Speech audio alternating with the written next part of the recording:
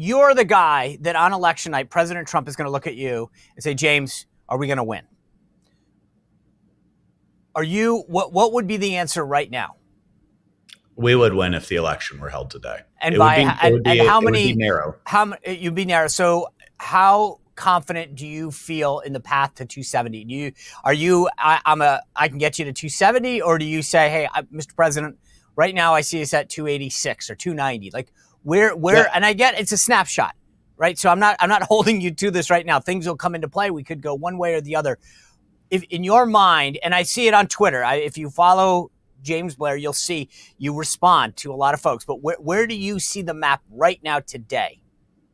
Right now, we're north of 270. Okay. Here's what I would say, and we'll go by the public polling. Averages. Averages are typically the thing to look at. The RCP average, I'll say historically, has been a pretty good indicator, other than it typically underrepresents President Trump's support. President Trump has consistently held a lead in Pennsylvania. He's held the lead in Georgia, North Carolina, Arizona, Nevada. Wisconsin and Michigan have bounced around a little bit more and close to the waterline. But that map, if that were the case, let's say you pick up all those states, but you don't pick up Michigan and Wisconsin, you get well over 270. Yeah. Pennsylvania, Georgia, North Carolina is 270 exactly. Exactly. If you didn't win Georgia, but you won Pennsylvania, Arizona, Nevada, that is more than 270. So there's a lot of paths. The Democrats really only have one at this time. They're very focused on the blue wall plus Nebraska too, which gets them to exactly 270. That's Michigan, Wisconsin, Pennsylvania, plus the Nebraska 2nd Congressional District. We have a lot more paths than them. There are other states that, lean on the edge of being seriously in play. They were a little bit more in play under Joe Biden. So you see a doubling down on the 7 states, but there's also a possibility that could open back up. And I'll say this, if you look just this week, there's already evidence that her halo is starting to fade a little bit. She went through the Democratic convention. We'll see. She'll probably get a light post-convention bump, but the averages have been tilting back in our favor all week. There's been starting to be more polls now, even though they are gaming the polls within the averages, broadly speaking. It's starting to move back in the president's direction. So, and I think you'll see potentially news today that will really shake up. Okay, well, I'll get to that in a second. Let me ask you this. Of the 7 states, what would you say is the 1, 2, and 3, or however many you want to do, where you say we feel the most confident about these 1 or 2 states coming to Trump? I don't like to rank order our level of public confidence. All right, well, can I do this to you? Mark Halperin and I do this thing called a morning meeting every morning with Tim Hogan. All right, and he posted this morning and had us react. So I'll have you react. This is what he said. He said Harris edge Wisconsin and Michigan. Let's start with that. Do you agree with that? At this moment, it is right in a toss-up. Yes. Okay. He says Trump edge Nevada. Yes. Okay. Here's the interesting thing. I based on the public polling, Nevada's going Trump. Every time I talk to somebody out there, and I know you're actually in Nevada right now, people say to me, Sean, be careful. Nevada's loosey with the football. The unions come home, Clark County, the culinary workers and they kill us every time on election day. And so I've never seen, and I think President Trump's no tax on tips has been brilliant, right? Why should I was ready to go all in on Nevada with Trump. Why should I pump the brakes and just be happy, or should I be a little nervous? Look, I do understand that historical perspective, so you can never discredit history. I'm not here to make bets on anything because there's a lot of game to be played. But here's what I'd say in Nevada. You mentioned no tax on tips. The president's doing an event on that in just a few hours that I'll be going to him with. That has spread like wildfire out here. Talk to the bartenders and the valets and all of this. They know about it. They also know 2 other things. They know that Kamala Harris copied his proposal. And that includes down in the culinary union membership very clearly. The culinary union, as is the case with, frankly, many unions, is the leadership is not in step with the rank and file. And I think you see a lot of that here. But two, they also know that Kamala Harris, literally last night, I had a bartender talk to me about this, and he told me, you guys need to go pull the clips from Fox News and advertise on them because we all picketed the IRS building when they put in the new rule to collect more tips from us. They but she know does that this, they did that but to this them. is the thing, James. I mean, I'm not for fracking. I am for fracking. I'm again. Right. I got you. IRS people coming after you on tips. I'm not for taxing tips. I have never seen in 30 years of campaign work somebody get away with I literally, every time Corinne Jean-Pierre does a press conference, I go, I wish I could have done that. And then I look at Kamala Harris' campaign. I go, I wish I could have run a campaign that I could get away with this crap. It's unbelievable. It is unbelievable. I mean, honestly, I guess I expect the Democrats to lie, but shame on the media. Oh my God. In a big way. Shame on the media for what they're doing. No wonder you were at a bar. I can't imagine. This is disgusting. The media that is such a whiny bunch of brats about access and transparency in the First Amendment have not done their job. This is, she gets away with so much ridiculousness, the duplicity, the hypocrisy, the flip-flops, the phoniness. And yet, just even the stupid stuff, the going into Wawa twice and forgetting that they sued Wawa, or I'm sorry, it was Sheetz. And yet they want to pretend that they're like random consumer walking and getting a bag of Doritos. They lie every day.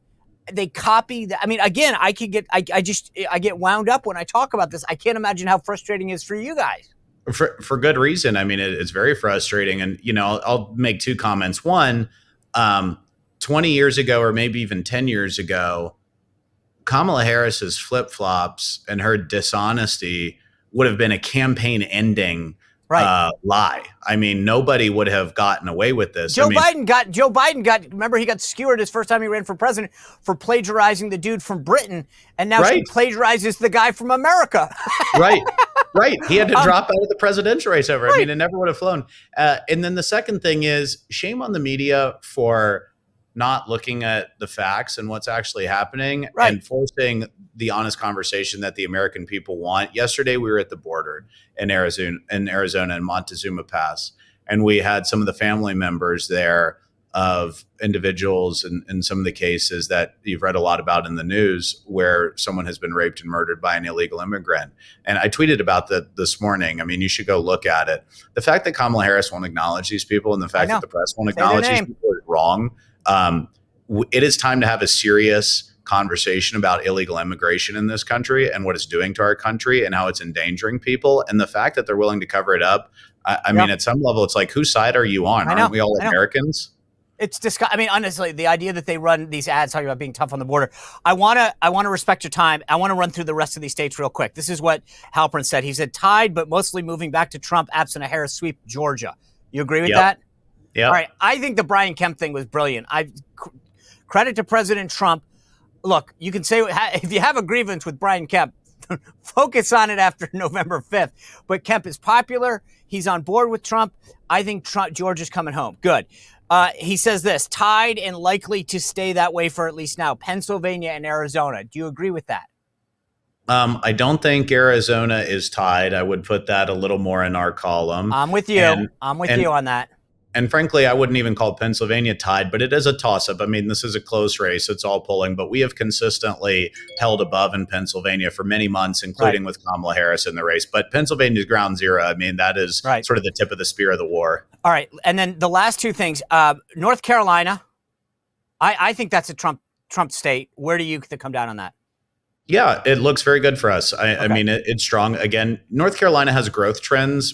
People, talked about the difference between 16 and 20. That's largely growth trends. When you see some of these high growth urban areas where people are moving on, where they, have a little bit more of a bluer sentiment, you see some bluing of the state. That's true in North Carolina. But overall, solidly in our column, we feel good about it. But we're obviously campaigning hard and not taking it for granted.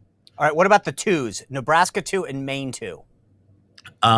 Nebraska too is probably tilt their way, waterline to tilt their way, which obviously it went that way in 2020's reported result, and the opposite in Maine too. That is tilt fairly But strongly our way. are you worried? I mean, I've played with the map enough times. I can get Trump well over 300 electoral votes, and I can get Trump tying at 269, 269, depending on those two. Are you guys paying? I mean, how much do you spend thinking about Nebraska 2 and Maine 2? A lot. We have full Okay. operations in Maine 2 and Nebraska 2. We All just right. don't talk about them much, but we've got full ground operations and communications efforts there. All right. I have so much more I want to get to with you but I know your time is precious. The last thing I want to ask you about, I was telling everybody all week that you were on. And I was like, this is a big deal because we want to talk about the ground game and how important it is and where the states are from your perspective. But it was funny. One question came up from a bunch of people about a tweet that you sent. I'll read it to you. It says, a lot of rumors out there about Kamala having a serious drinking problem apparently coming into focus as campaign heats up. Stay tuned. What do we need to be aware of? How concerned should we be? What do you guys know? And how are you preparing to deal with this? I probably won't break news here, and I probably won't offer a lot of comment, but I would say, look online. There is a lot of chatter out there. There are a lot of, I've heard these rumors and there's talk about it. So I simply put out there that this is something that there seems to be an uptick in. So we'll see what happens. But is it, do you guys, the people who have shared that concern with me and said, hey, James tweeted this out. They say that we've seen stuff on TikTok, we've seen stuff on social media. Is there any testimonial evidence that you're aware of where somebody credible is saying, I've watched her, in briefings or in the morning, or she needs to, is there anything from someone of significance making an allegation that you're aware of? I have heard from from some sources who say they are witnesses to this, yes. Well, if you enjoyed this content, make sure to like this video, subscribe, and click the notification bell to get more.